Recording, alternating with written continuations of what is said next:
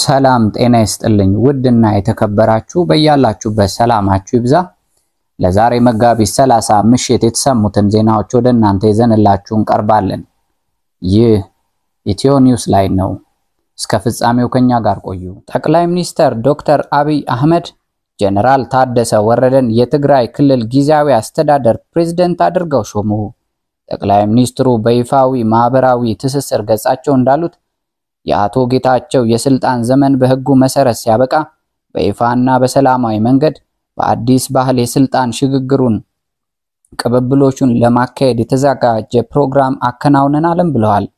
በዚህም መሰረት አቶ ጌታቸው ረዳ የስልጣን ዘመን ምክትል ሆኖ ያገለገሉት ጀነራል ታደሰ ወረደን የጊዜያዊ አስተዳደሩ ፕሬዝዳንት አድርገው መሾማቸውን አስታውቀዋል።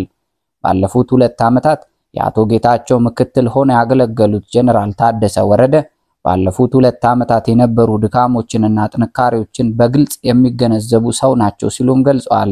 ጠቅላይ ሚኒስትር ዶክተር አብይ አሁን የትግራይ ውስጥ ያለውን ክፍተት ሞልተው ወደፊት ሊወስዱ ይችላሉ የሚል እምነት በብዙ አካላት የታመነ ነው ሲሉ አብራርተዋል።